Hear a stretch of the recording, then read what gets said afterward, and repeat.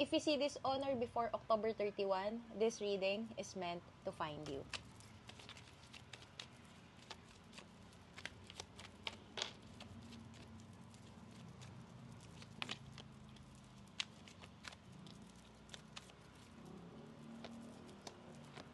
Words mo ngayon, I feel like you're about to make a significant change sa life mo. Ito yung change na ikaw talaga yung gagawa.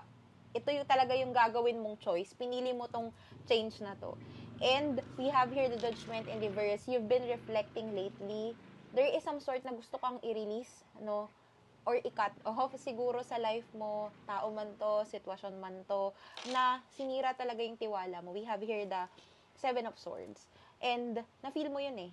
And siguro baka na-realize mo na or nagising ka na that this person or this situation, talagang na-manipulate ka, emotionally manipulated ka by this situation. And you want to resolve this by cutting out that kind of situation in your life and by not accepting things that you don't truly deserve.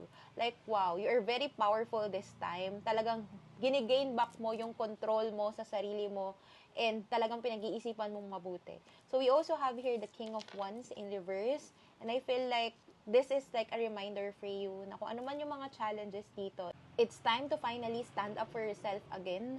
And with the Wheel of Fortune, the more na inopen mo yung sarili mo with this kind of changes, the more na mas papasok yung mga opportunities na hindi mo inaakalang papasok sa buhay mo. Kasi based dito, baka nabablock yung mga good things at the same time, yung aligned people, beneficial situation sa life mo because of the things na hindi mo ma-release or hindi mo mabitawan sa life mo. And finally, I can feel the courage na you are finally ready to release what is no longer serving you para ma-accept mo kung ano ba talaga yung deserve mo, ano ba talaga yung align sa energy mo. And matagal mo tong pinag-isipan and I can feel finally, ready ka na.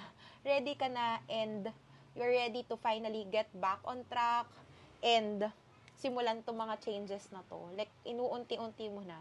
And, I'm proud of you. Wow! I'm proud of you. Kasi, parang, finally, you have realized your worth. And, na-realize mo din kung na okay lang magsimula ulit. Okay lang mawala itong mga situation na to. Kasi, sa tingin mo, or nakita mo na, that you deserve so much better in this lifetime. Wow! Grabe! Yan, para sa'yo to.